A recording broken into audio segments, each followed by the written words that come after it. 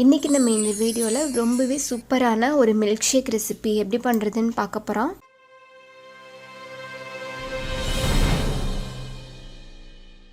இந்த milk shake பண்ணுறதுக்கு நமக்கு ஒரு 1/2 லிட்டர் அளவுக்கு பால் தேவைப்படும். இந்த 1/2 லிட்டர் பாலை நல்லா தண்ணியெல்லாம் எதுவுமே ஊற்றாமல் நல்லா காய வச்சு எடுத்துக்கணும். ஸோ பாருங்கள், பால் நல்லா ரொம்ப கொதிச்சு சுண்ட காயணும்னு சொல்லி அவசியம் கிடையாது. பால் நல்லா கொதிச்சு வந்தால் போதும். ஸோ இப்போ இந்த பாலை நல்லா ஆற வச்சு எடுத்துக்கணும். பாருங்கள், நீங்கள் பாலை ஆற வச்சு நீங்கள் ஃப்ரிட்ஜில் ஸ்டோர் பண்ணி கூட நீங்கள் எடுத்துக்கலாம். ஸோ இப்போ நல்லா காய வச்ச பாலில் 1 கிளாஸ் அளவுக்கு எடுத்திருக்கேன். நான் பண்ண போகிற இந்த மில்க் ஷேக் பார்த்தீங்க அப்படின்னா பிஸ்தா ஃப்ளேவர் மில்க் ஷேக். நான் 1 கிளாஸ் பிஸ்தா மில்க் ஷேக் பண்ணுறதுக்கு கிட்டத்தட்ட ஒரு 10 பிஸ்தா கிட்ட நான் எடுத்திருக்கேன். ஸோ அந்த பிஸ்தாவில் உள்ள தோல்லாம் இந்த மாதிரி நல்லா ரிமூவ் பண்ணி எடுத்துக்கணும். ஸோ பாருங்கள், இந்த மாதிரி நல்லா தோல் ரிமூவ் பண்ணிவிட்டு இதை நல்லா நம்ம க்ரஷ் பண்ணி எடுத்துக்க போகிறோம். ஸோ பாருங்கள், இந்த மாதிரி நல்லா க்ரஷ் பண்ணி நல்லா தட்டி எடுத்துக்கணும். நீங்கள் இதே பிஸ்தாவை பால் முன்னாடியே நல்லா கொதிக்க வைக்கும் போதுமே நீங்கள் ஆட் பண்ணிக்கலாம்.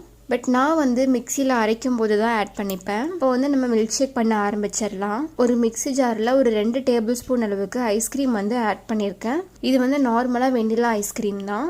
அடுத்து இது கூடயே நம்ம தட்டி எடுத்திருந்த பிஸ்தாவை இது கூடயே ஆட் பண்ணிக்கணும். அடுத்து இதுலேயே 1/2 டேபிள் ஸ்பூன் அளவுக்கு சர்க்கரை. நீங்கள் ஐஸ்கிரீம் ஆட் பண்ணாமல் பண்ணுறீங்க அப்படின்னா சர்க்கரை இன்னும் கொஞ்சம் அதிகமாக உங்களுக்கு தேவைப்பட்ட அளவுக்கு நீங்கள் ஆட் பண்ணிக்கலாம். அடுத்து 1 கிளாஸ் பால். இப்போ நம்ம பிஸ்தா நம்ம ஆட் பண்ணியிருக்கோம். நல்ல ஒரு லைட் க்ரீனிஷ் கலருக்காக நான் பிஸ்தா எசன்ஸ் ஆட் பண்ணிக்க போகிறேன். இது எல்லா பிராண்ட்லேயுமே நமக்கு கிடைக்கும். ஸோ யூஸ்வலாக டைகர் பிராண்டில் இந்த மாதிரி பிஸ்தா மிக்ஸ்ன்னு சொல்லி நம்ம கடையில் கிடைக்கும். அதில் ஜஸ்ட் ஒரு 2 ட்ராப் அளவுக்கு நம்ம ஆட் பண்ணிக்கணும். பாருங்கள், இந்த மில்க் ஷேக்கு நல்லா நுர பொங்குற அளவுக்கு நல்லா அரைச்சி எடுத்துக்கணும்.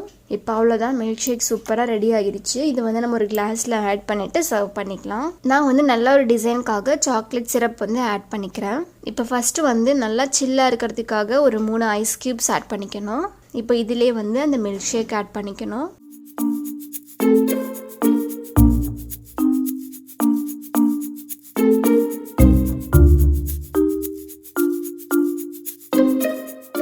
கடைசியாக வெண்ணிலா ஐஸ்கிரீம் ஆட் பண்ணி சர்வ் பண்ணால் ரொம்பவே சூப்பரான மில்க் ஷேக் ரெடி ஆகிரும். நீங்களும் இந்த மில்க் ஷேக் ரெசிபி கண்டிப்பாக வீட்டில் ட்ரை பண்ணி பார்த்துட்டு எப்படி இருக்குன்னு சொல்லி எனக்கு கமெண்ட்டில் சொல்லுங்கள். இந்த ரெசிபி ஏதாவது ஒரு வகையில் யூஸ்ஃபுல்லாக இருந்துச்சு அப்படின்னா நம்ம சேனலில் சப்ஸ்கிரைப் பண்ணி வச்சுக்கோங்க. And thank you so much.